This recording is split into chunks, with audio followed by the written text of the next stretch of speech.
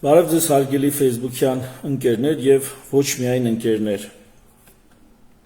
Այսօրվա նյութը, որ ես պիտի ներկայացնեմ, բժշկական դեպք է, կլինիկական դեպք է, իրական դեպք է, կլինիկայից վերցված, բայց ինչպես դուք գիտեք, ես այնքան էլ հաճախ չեմ ու գրեթե չեմ հանդես գալիս բժշկական դեպքերով, բացառություն են այն դեպքերը, որոնք ունեն հանրային նշանակություն, հանրային մեծ կարևորություն։ Օրինակ վերջին անգամ խոսեցի շմոլ գազի թունավորման մասին, բժշկական ուսուցողական, որովհետև դա մարդկանց պետք է, դրանց կյանքում դա բան է փոխելու։ Դա միայն մասնագիտական չի, ուսանողները ունեն լավ դասախոսները նրանց ինչ պետք է սովորացնում են, իմ խոսքի կարիքը դժվար թե ինչ որ մեկն ունենա, դրա համար զուտ բժշկական ես քիչ եմ հանդես գալիս, ես իմ մասնագիտական պրակտիկան, բայց այն բոլոր դեպքերը, որոնք հանրային կարևոր նշանակություն ունեն, սովորաբար դրանցով կիսվում են։ Նույն ձևի բժշկական թեմաներ եմ քննարկվել նախկինում, որոնք բավականին մեծ ընդունելություն են ունեցել, դրանց հետ կապված նաև ինձ հորդորում են, որ ես բժշկական թեմաներով հաճախ հանդես գամ, բայց բոլոր դեպքերում օրինաչափությունը մեկն է։ Հանդես եմ գալիս այն դեպքերով, բժշկական այն դեպքերն եմ ներկայացնում, որոնք ունեն հանրային մեծ նշանակություն։ Այսինքն ոչ միայն ինձ ու իմ պացիենտին են վերաբերվում, այլ նաև վերաբերվում են շատ այլ մարդկանց։ Այսօրվա դեպքը նման մի դեպք է եւ չգիտեմ ցավոք սրտի թե բարեբախտաբար պացիենտը անձամբ իմ պացիենտը չի եղել։ Ես նրան չեմ վարել։ Ես նրա հետ առնչվել եմ մոտ 1.5 տարի առաջ, մոտավորապես, մոտ 1 տարի առաջ, եւ ինքը այլ բժշկի պացիենտ էր, իր հետ զբաղվում էին այլ մասնագետներ,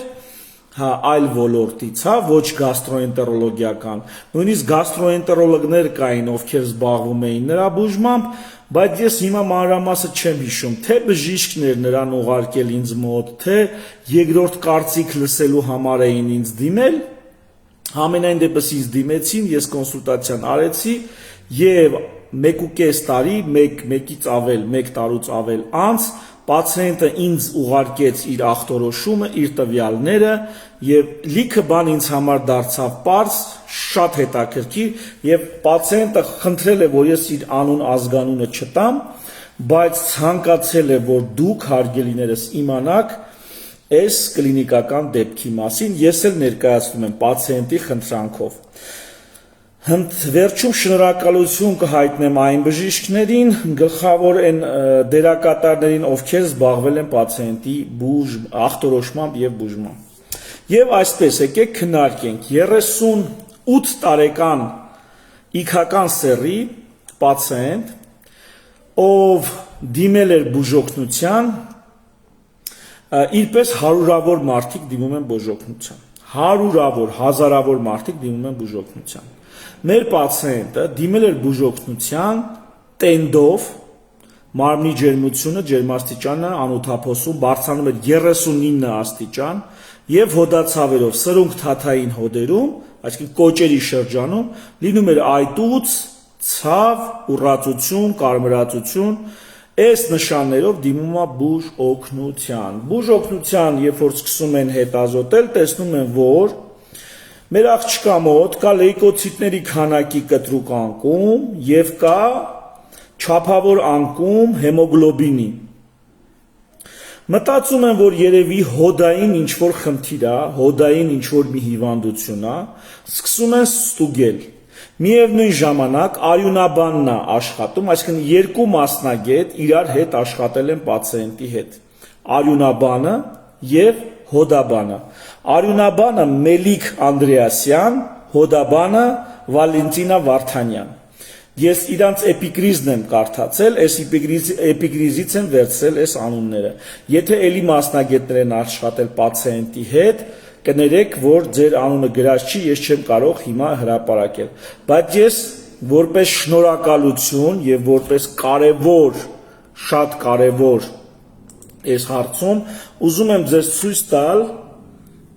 երկու նկարները Վալենտինա Վարդանյան, բժշկուհին, ով ռևմատոլոգիական բլոկով աշխատե պացիենտի հետ եւ արյունաբանը Մելիք Անդրեասյան Մարինե, խնդրեմ Մարինե Մելիք Անդրեասյան, ով աշխատել է որպես արյունաբան։ Ինչու եմ ցույց տալիս այս նկարները հարգելիներս, որովհետեւ ինչքան արժող չարժող կա, այս ազգը դրանց ճանաչում է, բայց իր իսկական հերոսներին, իր իսկական նվիրյալներին ոչ էլ կիմանա, ոչ էլ ճանաչում է։ Ես նկարները ցույց եմ տալի, որ ճանաչեք։ Այս երկու բժիշկը, հատկապես արյունաբանը, քյալա են տվել պացիենտի կյանքի եւ առողջության համար։ Եվ տեսեք ինչա եղե պացիենտի մոտ տենդից հոդացավերից բացի լինում է բերանում ավտաներ, բերանում վերքեր։ Ժամանակի ընթացքում իջև նրա հետ սկսում են աշխատել, նրա մոտ լեյկոցիտները ավելի շատ, արյան սպիտակ բջիջները, այսինքն իմունիտետի բջիջները, ել ավելի շատ են անկում ապրում, արյան կարմիր բջիջները ել ավելի շատ են արյուն անկում ապրում։ Ես ձեզ ասեմ, բջիջները կհասկանան, լեյկոցիտները հասնում են 1.3, այսինքն պետք է լինեն 4.5-ից մինչև 9000, 1300 են։ 4500-ի փոխարեն 1300։ Հեմոգլոբինը պիտի լինի 120-ից 160, ընկնում է մինչև 48։ Եթե մի օրում մարդու հեմոգլոբինը այսքան ընկնի, մարդը կարող է չապրի։ C-ռեակտիվ բելոկ 65, փայծաղը 15 սանտիմետր երկարության, աճուկային լիմֆադենոպաթիա, լիմֆատիկ հանգույցները աճուկներում մեծացած, կամպյուտերնի տոմոգրաֆիա են անում, մեծացած է նաև պարաորտալ ավշա հանգույցները։ Հա, եւ քիչ քանակի ազատ հեղուկ, կույրաղու որդանման ելունի պատերը մի թեթև այտուցված եւ ինչն է հետաքրքիր։ Արյունաբանական հետազոտություն է իրականացում ոստրակցուցի բիոպսիա, տեսնում են, որ լեյկոցիտների ուրեմն գծով կա վնասվածք, այսինքն չի արտադրվում ոստրածուծից ելնելով, արյան կարմիր գնդիկների գծով ավելի քիչ վնասվածք կա։ Բոլոր դեպքերում լիքը բուժումներ է ստանում փոխարինող թերապիա, արյան փոխներարկում, խթանում են արյան արտադրությունը, ռևմատոլոգներն իրենց կողմից են փորձում ինչ-որ բան անել, բայց պացիենտը գնալով վատանում է ու չի լավանում։ Ինչքան ինֆեկցիաներ կան, այս պացիենտի մոտ ստուգվել են։ Ինչքան աուտոիմուն մարկեր կա բանի համար, ռևմատիկ եւ աուտոիմուն հիվանդությունների համար, այս պացիենտի մոտ ստուգվել են։ Թե ինֆեկցիոն ցուցանիշներն են եղել լրիվ նեգատիվ, ոչինչ չնշանակող, թե աուտոիմուն ցուցանիշները, աուտոիմուն մարկերները լրիվ նեգատիվ, ոչինչ ցույց չտվող։ Բոլոր հորմոնների ստուգում ոչ մի բան չկա, բիոխիմիան առանձնակի փոփոխություններ չկա։ Ստե հատկանշական է, որ նշանակվել է գաստրոսկոպիա եւ կոլոնոսկոպիա։ Գաստրոսկոպիան հայտնաբերել է էրոզիվ գաստրիտ։ Ձերքի հետ ասեմ, որ իմ գոլեգաները գցե բռնել են, որ այս նեղ մաջալին պետքա հելիկոբակտերի իռադիկացիա անեն։ Դրա վրա մի խոսքով իռադիկացիա են արել։ Եղել են գոլեգաներ, որոնք լյարդի չնչին տեղաշարժի համար հեպատոպրոտեկտոր են նշանակել, լրիվ չես հասկանում ինչի, իբր թե մի բանով օգնել, բայց ուզում եմ ասեմ, ապրել չապրելու հարց է դրած պացիենտի, բայց այդ ապրել չապրելու կոնտեքստը երբեմն գոլեգաները կարող է չընկալեն։ Ու ասենք վարվեն պացիենտի հետ այնպես, ինչպես կվարվեն, եթե ինքը ողջ առողջ շվշվացնելով գար ասել մի թեթև դիսկոմֆորտ ունեմ, ինչ անեմ։ Բոլոր դեպքերում բոլոր բուժումները ապարդյուն, նորմալ լավացում չկա։ Մինչև սկսում են հորմոնային թերապիա, ստերոիդային թերապիա, իմունոսուպրեսիվ թերապիա, սա որոշակի չափով կանգնացնում է հիվանդության վատ ընթացքը, ասեմ, որ մոտ 1 շաբաթվա ընթացքում էպիկրիզում այդպես է գրած, ունենում է 52 կիլոից, պատկերացնում եք, չէ, 38 տարեկան աղջիկ 52 կիլո, ու կարելի ասել թերսնվածության, հյուծվածության եզրին է, 52 կիլոից իջնում է մինչև 40 կիլո, 42 կիլո, մոտ 10 կիլոգրամ քաշի անկում է ունենում, այսենց վատանում է, կոլոնոսկոպիան հայտնաբերում է էրոզիաներ, էրոզիաներից բիոպսիա են վերցում, բիոպսիան տալիս է ալերգիկ էոզինոֆիլային իլեիդ։ Սրա համար են իմ մոտ եկել, որ այս ալերգիկ էոզինոֆիլային իլեիդ ինչ պետք է անենք, ոնց պետք է անենք, կարող է մի տեղից մի բան անենք, ես ասեմ, որ իմ կոնսուլտացիան եղել է հետևյալը, ծանոթանալով ինձ մոտ արդեն երբ որ եկել են բավականին մեծ թվով թղթեր, հետազոտություններ ունեին, եւ ես եզրակացրել եմ այսպիսին, որ կամ այստեղ առաջնային անհայտ ծագման ոչ սպეციფიկ ախտահարում է աղիքի, որը պիտի բուժվի իմունոսուպրեսիվ եղանակով, կամ մեկ այլ հիվանդություն է, որը դարձյալ պիտի բուժվի իմունոսուպրեսիվ եղանակով։ Թեև իմունիտետը թվում է անգած, թեև լեյկոցիտներն ընկած, բայց բոլոր դեպքերում ես որպես գաստրոենտրոլոգ այլ բուժման տարբերակ չեմ գտել։ Եվ այդպես է գրել եմ, կամ սա կրոն է, կամ սա մի հիվանդություն է, որը մեկը պետք է բուժվի որպես կրոն, որպես կրոնի հիվանդություն։ Բայց ինչ է, ես ինքս էլ վստահ չեմ ու չգիտեմ։ Համենայն դեպս չգիտեմ ինչ է, բայց գիտեմ ինչ պիտի արվի։ Ինչ կարելի է անել, մեր անելիքները այս դեպքում այդքան էլ շատ չեն։ Բայց Մելիք Անդրեասյան Մարինեն, արյունաբանը եւ Վարդանյան Վալենտինան խելքել տալով, գցել բռնելով գալի հասնում են այն կետին, որ այս պացիենտի մոտ ամենայն հավանականությամբ կամ ճառագայթային հիվանդություն է, կամ ծանր մետաղներով թունավորում, ախտահարում։ Ասեմ, սկզբից կարող էի սա ասել, բայց հետաքրքիր լինելու համար վերջում պահեցի։ Ասեմ, որ պացիենտը ապրում է Քաջարանում, այսինքն հանքի մոտ է ապրում, ինքը անմիջապես հանքում չի աշխատում, բայց ապրում է հանքի մոտ։ Նաև տեղյակ պահեմ, որ Կապանից, Քաջարանից, այսինքն այն ժողովուրդը, որը հանքում է աշխատում կամ բարեկամն է նրանց, այնտեղ շատ հաճախ պացիենտներին ապահովագրում են առողջությունը եւ ինքս հաճախ տասնյակներով եւ հարյուրավոր պացիենտներ եմ տեսնում այնտեղից եկած, այնտեղ աշխատող պացիենտներ։ Եվ ինչն է հետաքրքիր, որ միշտ զարմացել եմ, թե այդ ռիսկային գոտում ապրող ժողովրդի ոտերը ոնց չեն լպստում ապահովագրական ընկերությունները կամ իրանց գործատուները, ընդհանուր մեկ է թե այստեղ ով պիտի պատասխանատվություն կրի, երբեմն ստեղծում են բարդություններ, եսի կփոխհատուցենք, եսի չենք փոխհատուցի, եսի մտնում է պայմանագրի մեջ, եսի չի մտնում։ Ինձ թվում է այդ կողմի ժողովուրդը ինչ առողջական խնդիր ունենա, այդ հանքը արդյունահանող ֆիրմաները, ովքեր դրա վրա փող են աշխատում, պիտի 1-ին 2, 1-ին 3 փոխհատուցեն այդ ժողովրդին։ Ինչ տենց է թվում, բայց դա տենց չի։ Ինչի եմ սա ասում, որտեղ հնուց այս փուշը իմ մեջ կա, որ այս ժողովուրդը, որ այս ռիսկային գոտում է, ինչի է միշտ սրանց առողջականը ապահովագրելու հարցում լինում քաշքշուկներ։ Հա։ Բայց եւ այլպես հիմա այս մի դեպքն է, ունդեղից քանի որ հարյուրավոր հիվանդներ կան, բայց ամեն մեկը մի տարբեր հիվանդություններով, ինչպես բոլոր մարզերից, հա, բոլոր մարզերից են, ուզում եմ ասեմ ինքս առանձնակի տարբերություն իմ պրակտիկայում չեմ նկատել, մարդը Քաջարանից է, թե ենթադրենք Արտաշատից է։ Երկուսի մոտ էլ նման հիվանդություններ, երկուսի մոտ էլ նույն հաճախությունը։ Այնպես որ առանձնակի սրա վրա ուշադրություն չենք դարձնում։ Միգուցե երբ որ 1000-ից մենք տեսնեինք կամ ես տեսնեի Քաջարանից կամ Կապանից կամ մի խոսքով այլ հանքերին մոտ ապրող բնակավայրերից մարդիկ հիվանդությունով 1000-ից մեկ որ տեսնեի միգուցե շատ կարևոր էի։ Բայց այս դեպքում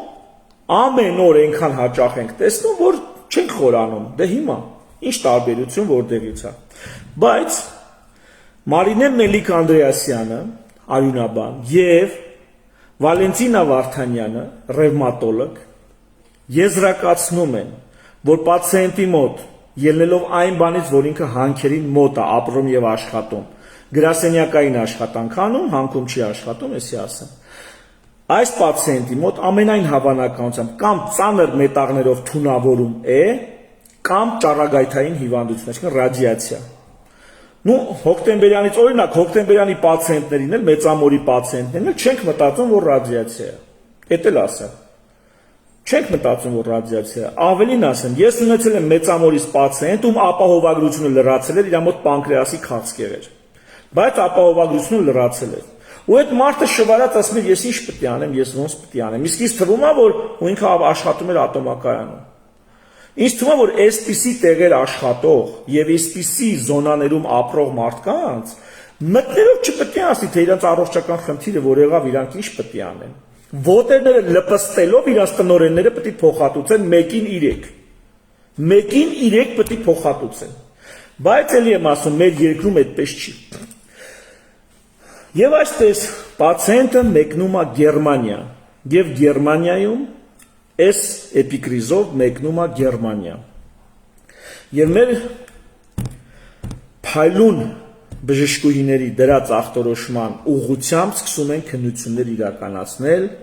եւ խնդրեմ թե ինչ են հայտնաբերում ուշադիր։ Ես հիմա ցույց եմ տալուս այն անալիզի թուղթը, որը խնդրեմ։ Այս անալիզի թուղթը, որով իրանք ստուգվել են։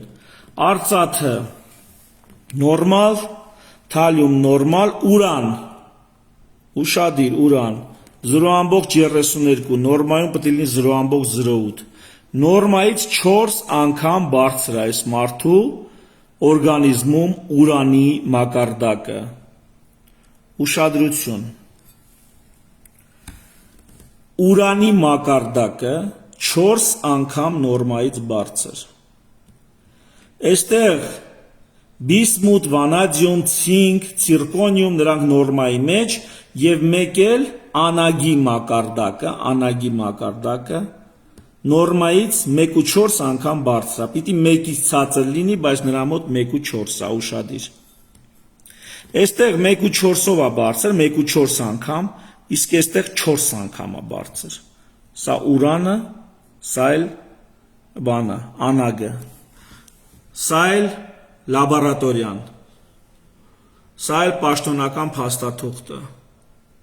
Սա էլ անուն ազգանունը ասացի պացիենտի խնդրանքով ջնջված է։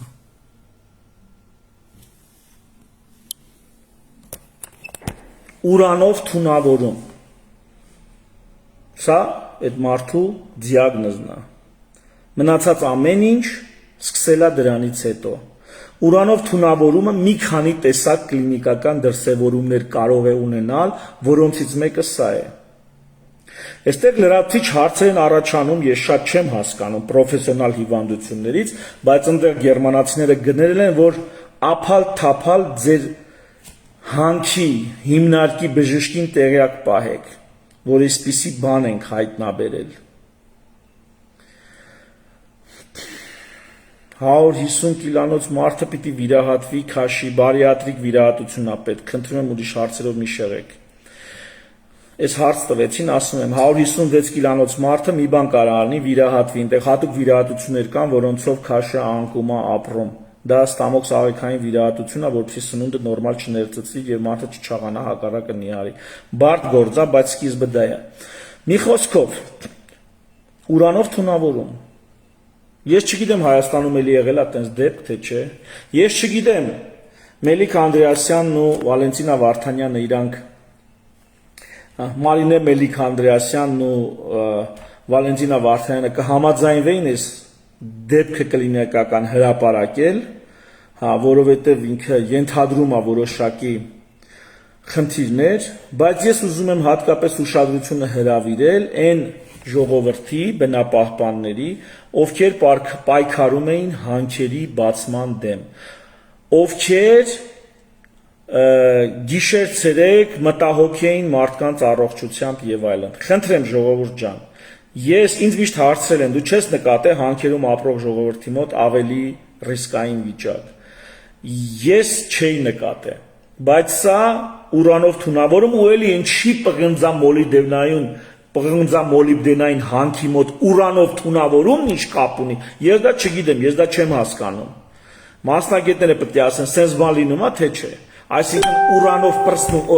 պղնձամոլիբդենայինի արտահանումով պրծնում է այդ հանքը, թե այդ հանքում ուրիշ պրոցեսներ են ընթանում, ես չգիտեմ։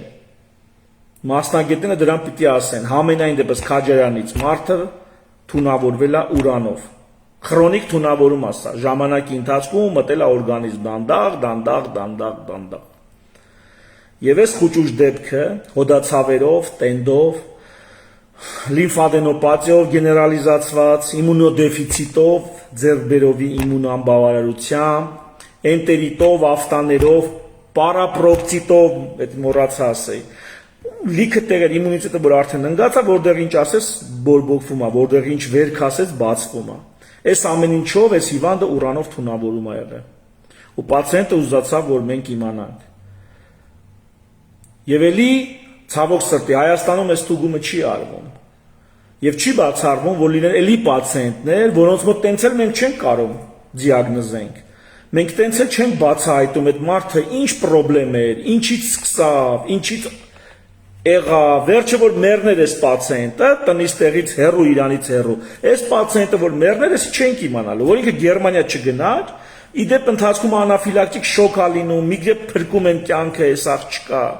Այսինքն եթե այս աղջկա բախտը չբերեր ու ինքը մահանար, դա ոչ մեկն էլ տենց էլ չէր իմանալու, որ պղանձամոլիբդենային հանքարդյունաբերության հարևանությամբ մարդիկ քրոնիկ թունավորվում են ուրանով։ Ոչ ոք չէր իմանա։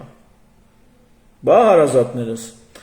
ես չգիտեմ ով իրար կգա այս հարցից, բայց հույսս բնապահպանների վրա է,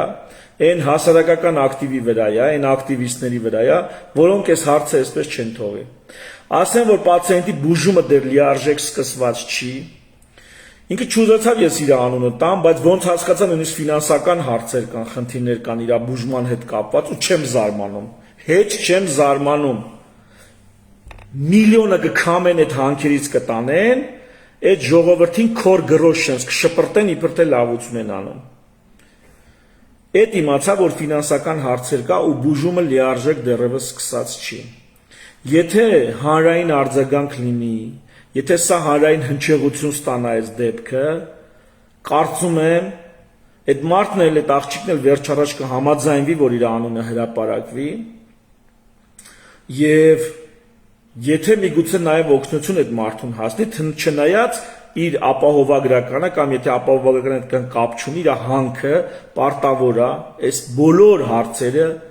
այս բոլոր ծախսերը փակել։ Նո հիմա հələ որ այդ բաները չի արվում։ Այդ մարդը ինձ բանով WhatsApp-ով ասել է, որ ֆինանսական խնդիրներ ունի։ Այսքանը շնորհակալություն եմ հայտնում այն բժիշկներին, որոնք այս դեպքը նորից ցույց տամ, հա, որ դուք տենաք իրան գլխի են ընկել որ ստեղ։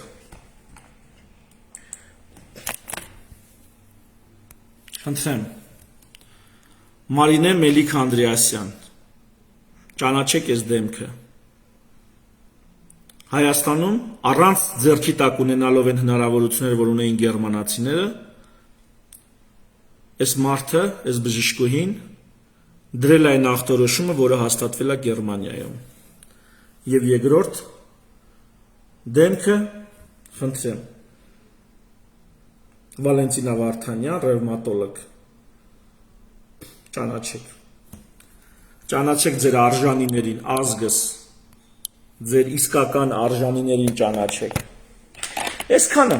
շնորհակալություն ուշադրության համար, հուսամ ինչ-որ բանով սա ուսուցողական էր և պետքական էր։ Համենայն դեպս ունի հանրային նշանակություն, շնորհակալություն ցտեսություն։